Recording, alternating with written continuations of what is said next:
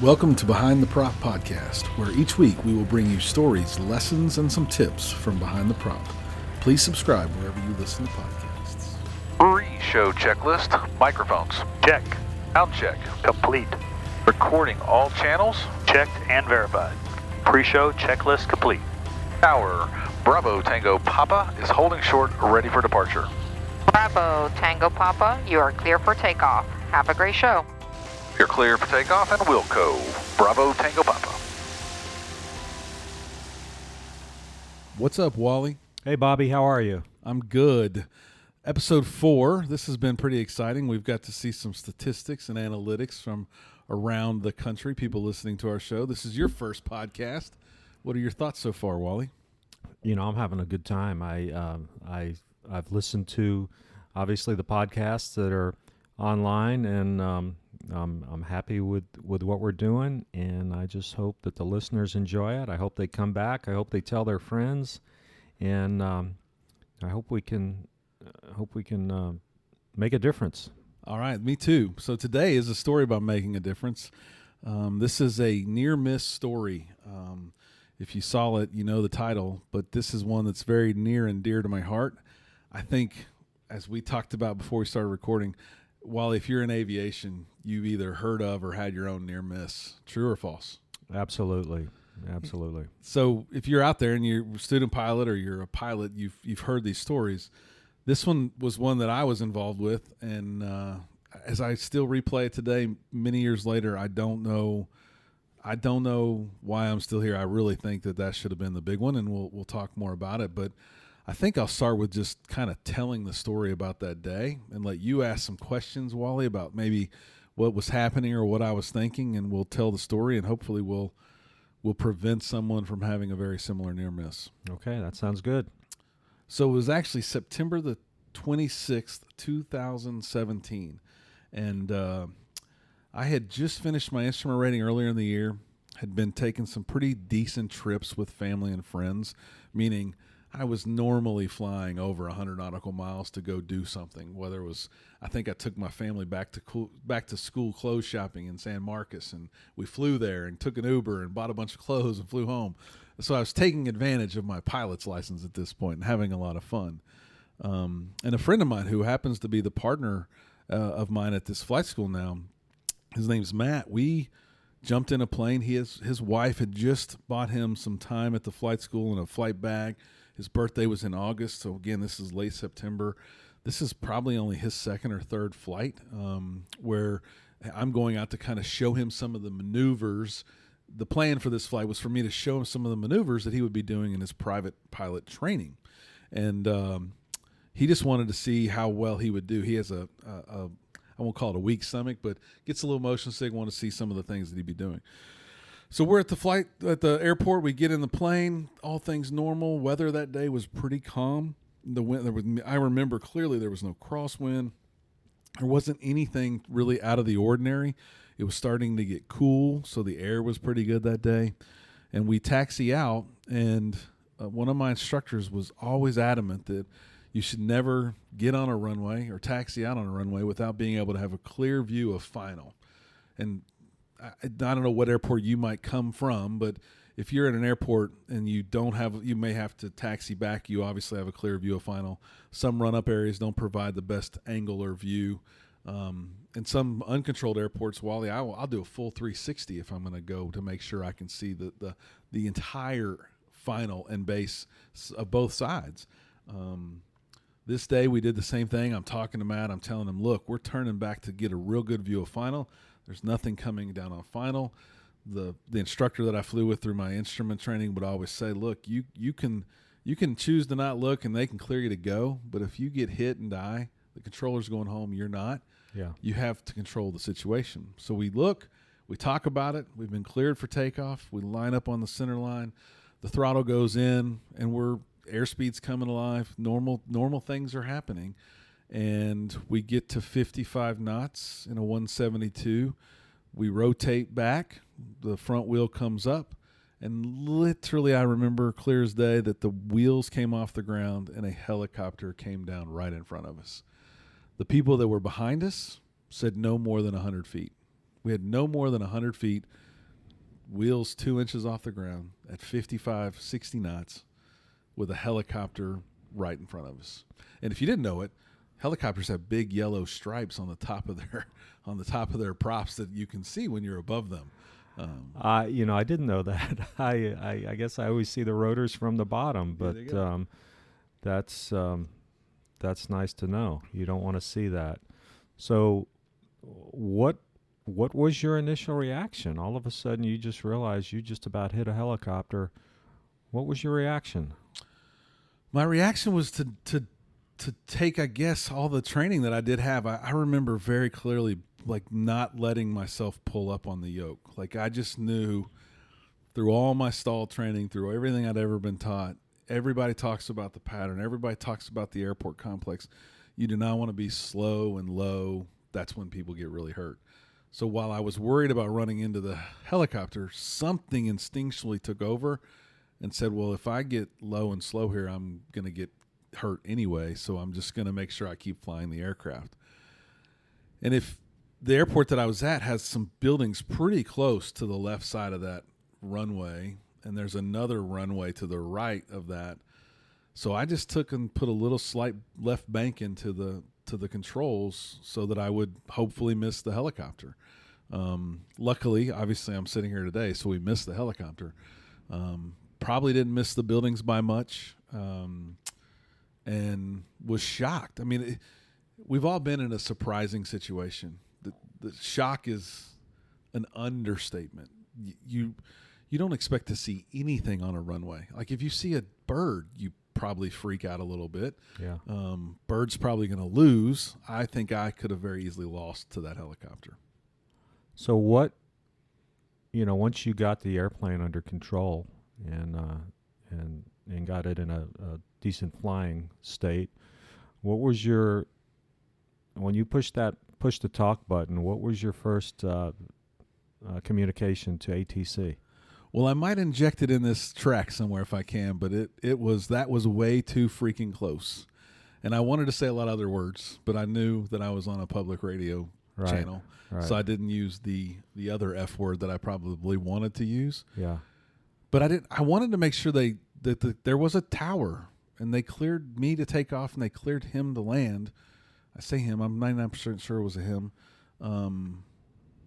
But it wasn't out of the ordinary, right? You at an airport that has 6, 7, 8 planes in the pattern, maybe some helicopters. There's people being cleared to land all the time. I've gone back and listened to that tape over and over, and I of course I held myself accountable, and I can't find anything I really did wrong. But at the same time, did I hesitate at all? Did I hesitate by teaching this friend of mine to make sure he looks back?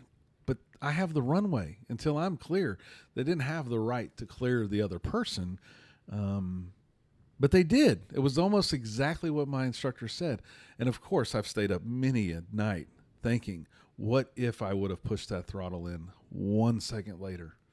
1 second later, I would be dead. There's no way 1 second at 55 knots, I would not have just plowed right into the side of that helicopter. Right. 1 second is either a miracle or luck or something, because that's all that was. One more second, we would have been right into each other's spinning things. So continue to tell us about the rest of the flight. What now? Did you go out and do the maneuvers and then come back, or did you just turn around and come back? Here you are at 100 feet. You've recovered. The airplane's flying again. What happened next? Well, I think my heart was racing. I know we climbed on out. I've looked at the track log today before we record. We appeared to just climb out and head west like normal. I remember talking to Matt, who, we're partners and still really close friends today. I remember that day talking to Matt and him not realizing anything was abnormal. Remember, this is his third trip to a runway. He's never been on a runway. So he's like, well, what's the big deal? And I'm like, dude, helicopters don't land in front of you when you're on the go. Like, this is not normal. Right. He's a passenger riding going, this is cool. We're just going to come right next to each other when we come and go. And I'm like, that's completely wrong. He had already taken one lesson, and his instructor was next in line behind us. And he's the one who, when we came back, said, I saw it. I knew y'all were going to die. I saw it happening. You were no more than 100 feet apart. So his instructor had a lot to teach him about what was coming in the future. But we keep flying out, and I remember talking to Matt and him being so calm, like it was no big deal. And I'm like freaking out, going, Matt, that's not normal. Don't ever take off when there's a helicopter on the runway. Right. But I also was so mad that I knew if I came back, I would have probably stopped on the runway, got out of my plane, and walked right up to the tower and started throwing punches. I was so frustrated.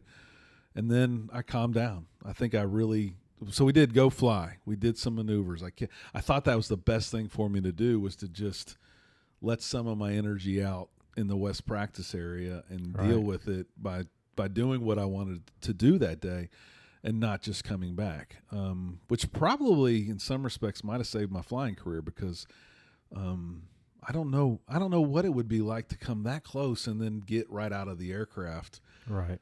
To only have people trying to talk you to get back in it, maybe when you didn't want to. So when we hear the term road rage, we think of driving a car, but I guess it could happen in an airplane a little bit too. Runway rage was real that day, because I also remember what the helicopter said to the tower. Once I clicked my mic and said, "Whoa, that was way too freaking close," the helicopter also said, "What was that about? We're done for the day." And you can imagine that a helicopter that has been cleared to land has a Cessna almost hit them. Their perspective is very different than mine. I have my perspective. They have a perspective of, we are cleared to land, and this guy almost hit us, right? They, too, know the true story of all the clearings that happened, but they quit for the day for sure. I know it. And I know a couple of helicopter pilots. I'm not a helicopter pilot, so if you're listening and you have a different version, please let me know. But I heard that because they were doing auto rotations, that's the only reason we probably lived. They didn't have any power in that helicopter. They were doing practice engine out landings coming straight down. And so I've been told by other helicopter pilots, had they been full power to land, that the downwash from those rotors probably would have flipped that little Cessna, and we would have been killed. Not even hitting them maybe, but because of the downwash from their rotors. But I don't know. I think I flew. I came back. We were at the school. Everybody wanted to talk about it. It was the buzz on the airport that day, how close it was, and I just kept thinking, man, I was really lucky. And I went home and hugged my family, and I could just keep daydreaming about being all those parts being spread out on the runway. I just kept thinking, what would have been one more second. Yeah. So have you talked to the helicopter pilot? I never did. I never made contact with them. I think I spent a lot more time trying to talk to chief pilots here, other friends in my network. I remember calling my instructor, Justin Meeks, that day going, this is what happened. What do you think? What should I do? How should I handle it? Some people thought that I should have filed some paperwork, filed a complaint, done things. Some didn't think I should. And at the end of the day, I weighed all those things out, called a whole bunch of people, and I didn't pursue it as if I wanted to get a bunch of people in trouble, but I wanted a bunch of people to learn from it. And that's why I tell the story today. It's embarrassing. You almost hit a helicopter, but I really don't think I could have done much to change it. Right. The thing that I hear, you've told me this story, and this happened three years ago. So, in theory, you slept over 1,000 times since this happened. But what I hear is this passion in your voice, and this sounds like something that happened about 4 days ago. This doesn't sound like something that happened over 1,000 days ago, 3 years ago. So when I hear you talk about it, I get a little emotional thinking about it as well. I mean, if you fly long enough, you're gonna be in these situations where human factors come into play, and this does sound like is a human factor thing. But for the grace of God, you're here to talk about it, and we can all learn about it. I'd just be curious to know, if the helicopter even saw you. Yeah, the perspective from the majority of people that I talked to were like, why didn't he see you? Most of those trainers have clear floors or some view hole out the bottom. But But if I put myself in their shoes, they're teaching and training. They've been cleared to land at a towered airport. Yes, they're supposed to be looking, but if they're teaching, I can see them getting a little fixated on what's going inside inside of that cockpit as well. Yeah, I'm not a helicopter pilot as well, but I would think the big thing for helicopters would be auto rotations. That's probably the most risky maneuver they do, I guess. Your focus is elsewhere. It should be looking out as well. But I could see not, because that is a big deal to auto rotate a helicopter. No doubt. And I think I would have loved to, and if he's listening to this someday, let's talk, because I would have loved to have caught up, because that was kind of my view walking back into the flight school that day was, I didn't have the big one, and we should all talk about it and learn about it and really be thankful for each other that we all missed by such a small margin, and have the opportunity to go home and be with our families. I think there are some lessons that whether I knew them then, I'd like to make sure people know them now. And it was the ingraining that my instructor did for me to look, right? So I did look. Now I've incorporated other things that I do before I take an active runway, and technology helps provide that. I'm an avid Stratus user. I won't start a day without turning my Stratus on. Even in my G1000 with traffic, I make sure I have my Stratus on, just in case it picks up traffic that maybe is not on my screen yet, Right. And 2 different systems, 2 different traffic sources. I want to make sure I'm seeing what I can see. But now I think I would see something, right above the runway. I would know it, and I would at least click it before I took the active runway. It might not have prevented it or avoided it 100%, but I also say I don't just look on that final. I think while I thought that was a great tip and something I share with everyone, I do more looking everywhere than just on the final. You think at a controlled airport with an active runway that is landing a certain direction that no one else would be coming a different direction. But it really could. So I look both final. I look on the final of the wrong runway in case someone happens to be coming the wrong way. I look up. I look around. I make sure that nothing's in my airspace of that runway. The other thing I think that's changed for me, more because of experience, and you probably hear it better than a 10-hour pilot hears it, but I am much more situationally aware of things once my run-up's complete. Like I get into full-on situational awareness mode. Right. Every tail number they're calling out, I'm thinking and visualizing them in the airspace. If they say November 1, 2, 3, 4, you're clear for closed traffic, squawk such and such, I listen for their next call to know where they're coming from and how far they are. So then I have this little, almost a radar blip in my brain of somebody coming in from the northwest 5 miles, 4 miles. Am I going to get out, or are they going to be in here with me? Yeah. If I'm leaving, am I going to cross paths with them? I start thinking pipeline so-and-so coming in, transitioning through your airspace. I'm thinking about that guy or girl. I'm thinking about that person. Somebody picking up a banner. I'm thinking about what are they doing? What's their position on the field? Life flights leaving sometimes. Where are they going? What altitude would they be at? I just really start putting all these bugs in my brain to think about what's going on, because I think that's the one thing I could have done better, but I'm not sure a 120-hour pilot is supposed to be there yet. Right.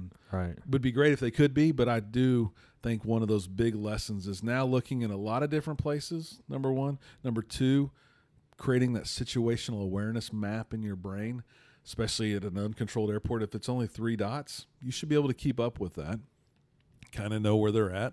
And then I think what we learned throughout our private training is so very true. I think if I would have pulled up, we would have got hurt really, really bad, if not killed, because I know we would have stalled the aircraft. There's just no way that plane could have held altitude if we were at a 20-degree pitch. I mean, it's going to stall, and I'm going to hit the ground pretty hard. Maybe even I missed the helicopter, but Right. I would have stalled the aircraft. Right. Never mind if I would have put any rudder into that thing. And so I think all that training that we might get a little bored with, maybe is not the right word, but what I'm thinking, bored with in the practice area where we keep doing power on stalls. You're like, oh, this is never going to happen to me. Well, not intentionally. I can assure you it probably won't ever happen to you intentionally at 6 feet off the ground, but man, that's an ideal situation where that could have happened. Yeah. And I don't know if I could have recovered. I can recover from 3,000 feet pretty regularly, but I don't know if I can recover from 20. Right. You know, I had a incident, and quite honestly, I don't even have it written down in my notes. It had totally gone out of my thought process. But just about a week ago, I was administering a check ride, and we ended up at a uncontrolled airport about 20 miles from here, and we were doing the landings over there, and we were the only airplane in the pattern, so it was very convenient. And we called that we were on a left base for runway 35. I should say another airplane had called in and said that they were coming in. They were going to land runway 35. And so they said they were at about a 6 mile final. And then we called that we were on a left base for 35. And then they made a call that they were on a 1 mile final for runway 35. And here we are on a left base. I estimated we were on about a 3/4 mile left base for runway 35, and they're on a 1 mile final for 35. And the applicant, at this point, I just said, let's get out of here. And we just climbed, and we announced that we were just going to leave the traffic pattern to the east, and then we're going to try to find out where that other airplane was. Well, as we turned around and headed back to the airplane, I looked down and I saw the airplane rolling out on runway 17. So the airplane had landed on runway 17, and had we kept doing what we were doing, we were going to land runway 35. They were going to land runway 17. The winds were calm, so really either runway was appropriate from a wind standpoint. But there was a situation where, we didn't see the person, so our thought process was let's just get out of here, regroup, and come back and try it again. But I'd really totally forgotten about that. A lot of things going on since then. But that's the idea of situational awareness. And when that airplane did call in, they said they were on final for runway 35, and so they were just they had gotten things turned around. And Man. So that's an excellent point. Don't just look at final for the active runway. Look at final for the other runway, especially at uncontrolled airports. No doubt. I mean, we all make mistakes. That could have been a really big one. I've had an experience similar to that where you're coming in opposite of one another on a calm day. Obviously, those probably don't get talked about or thought about in such a way, but that's going to be really painful if those two end up hitting each other for sure. And it's avoidable. It truly is. And in that case, not judgmental, but it sounds like that person was in the wrong by calling the wrong runway. But I don't think he probably meant it. I don't think they were trying to do it. Right? Absolutely. They weren't trying to be wrong. And with COVID, the FAA towers are closing early. I've heard some crazy radio traffic around here late in the day where there's literally, at this airport, there's 3 runways that can be active at any one time when the towers close: a water runway, a short runway, and a big runway. And if people are landing the wrong way, that could be 6 runways with dozens of planes in it going, it could be really crazy. So I think there's reasons also to maybe make the decision that today's not the day I'm going to practice in the pattern. Right. I'd rather be here tomorrow to practice on a day that might not be so busy. Exactly. So that could be a really good takeaway as well. So long story short, look both ways, look up and down also. If you have the opportunity or capabilities of using a traffic source, make sure you can take advantage of that and see the traffic source, so that you maybe might see something that you can't visually see with your eyes. You're seeing it with a tool. And then that situational awareness, kind of that map in your brain of the radar of what's going on around that airport, both taxiing on the ground and in the air, so you can keep it up. And if you can't keep up with it, maybe you take pause and don't go that day, right? It's just too much.